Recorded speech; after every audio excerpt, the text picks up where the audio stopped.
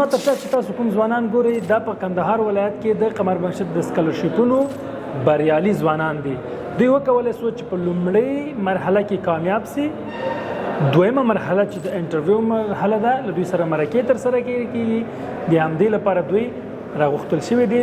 2-3 ټیمه لګیا دي د دوی څخه انټرویو اخلي تر څو موږ دا معلومه کړو چې دا ځوان څومره مستحق دی. د دې ترڅنګ چې د پارچه خیال کړي د خپل ژوند په اړه څه نظر لري، د خپل راتلونکو په اړه څه نظر لري، د خپلو پلانونو لپاره دی کوم څه لري، دی څومره مستحق د دې سکالرشیپونو ده، د کورنۍ وضعیت، ټول هغه مسایل چې هغه موږ مخامخ غواړو له دوی سره شریک کړو، له دوی سره خبرې اترې ولرو تر څو موږ په اصلي معنا او حقیقي معنا مستحق ځوانان په دې کې را پیدا کړو او د دې پروسې برخه وګرځو. ان شاء الله موږ وکولای شو چې دوی امتحان واخلو، امتحان پسې نتایج اعلان کړو، نتایج پسې ان شاء الله د دوی دغه د انټرویو پروسه ده. لدی وروسته به دوی مربوطه پوهنتونونو او مربوطه پوهنځیو لپاره انتخابیږي، لیږل کېږي به دوی به ان شاء الله چې خپل د کانکور امتحان ورکوي پوهنتونونو کې او له هغې وروسته به دوی په نارمل ډول خپلو زده کړو ته دوام ورکوي. پوهنتونونو په هکله باید دویم په کندهار کې کوم معتبر پوهنتونونه دي په اقتصاد، انجینري او کمپیوټر ساینس کې همغو ته ان شاء الله قراردادونه ورسره وکړل، محصلین به همغو ته معرفي کوو. د ځوانانو لپاره ډېر ښه 4 کلن پلان په نظر کې نیول شوی ده. موږ غواړو چې راتلونکي 4 کاله کې یو ډېر تکړه پرمختللي 300 محصلین د ټولنې ته وړاندې کړو. ان شاء الله په راتلونکي کې به هڅه دی چې نور سکالرشیپونه اعلان کړو، نور اعلان کړو او افغانستان د علمي فقر څخه وژغورو. السلام علیکم ورحمت الله. نوم یې احسان الله هوتک دی، یو تن د کندهار اوسېدونکی. نوم یې سفیر حسن دی، د کندهار ولایت د 12مې ناحیې د سیمانو د پله سره اوسېږم. زه منیر رحمان د کندهار ولایت اوسېدونکی یم. زه مطیع الله رحماني د کندهار ولایت د میوند ولسوالۍ اوسېدونکی یم. زه چې خبر سوم د پتن مې انلاین اپلای ورته وکړل. پرون مو امتحان ورکړی، نن انټرویو وه.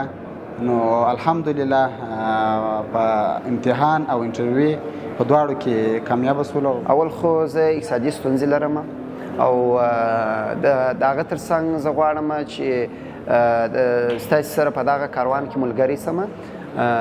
ولې زه د دې لیواله یم چې زه لوړې زده کړې وکړم او غواړم چې د ځان څخه یو مسلکي جوړ کړم. آینده لپاره مو پلان ان شاء الله تعالی اول به په ډیر اخلاص او په ډیر شوق سره خپل پوهنتون او درسونه پیلو. د هغه وروسته چې کله پوهنتون او درسونه خلاص سول بیا به د خپل پوهه او خپل علم د دین او هیواد لپاره استعمالو.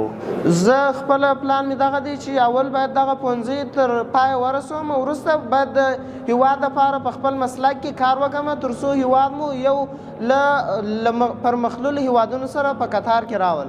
احساس مې داسې هیجاني ډول دی چې په یو ورځ امتحان سو، په پسې ورځ هغې نتایج راووتل، نتایج وروسته هغې انټرویو وسو، انټرویو وروسته هغې ثبت نام وسو. بیخي داسې هیجاني دغه کله چې بیا نن ورځ د کامیابه کېدو په اړه خبر سوم، نن تر هغه هم زیات خوشحاله سوم. د کمر او نور داسې خیریه بنسټونو څخه مو هیله او غوښتنه دا ده چې نور هم د هیواد د تعلیم په برخه کې داسې سکالرشیپونه یا نور د هیواد څخه بهر بورسونه زموږ د هیواد هغه ځوانان چې هغې استعداد لري او یا هم اقتصادي ستونزې او مشکلات لري د هغو سره په دغه برخه کې ډېر کومک او همکاري وکړي. په لومړیو کې زه خپله دغسې بنسټونه په تېره بیا کمر خیریه بنسټ چې دی زه ډېر ستایم، ځکه چې دا یو د خیر کار دی او خپل دغه درس دی د خپل یو هیواد چې دی په درس په تعلیم سره د پرمختګ کولی شي. دغه پروګرامونه چې لا زیات سي. ملکونه او مملکتونه چې پرمختګ کړی دی یوازینۍ لاره یې علم دی. ډیر ځوانان دلته اړمن دي ځکه د هغوی اقتصادي وضع ډیره خرابه ده. نو زما هیله له مؤسساتو څخه، له انجوګانو څخه، له تجارانو څخه دغه ده چې ډیره شدیده او خاصه توجه یې د علم په بخش کې غواړم.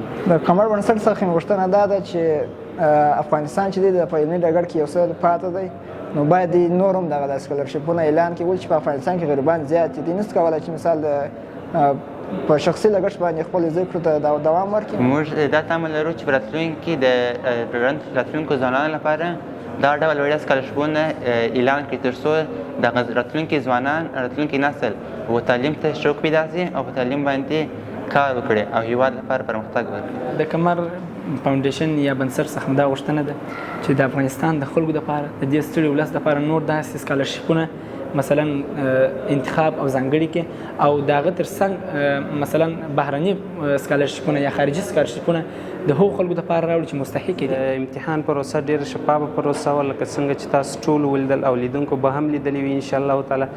ډېره شفافه او صحیح پروسه وه. موږ ډېر خوشحاله یو له کمر خیریه بنسټ څخه. په ډېره شفافه توګه سره مو ازموینه ورکړه. نن مو د انټرویو ترسره کړله.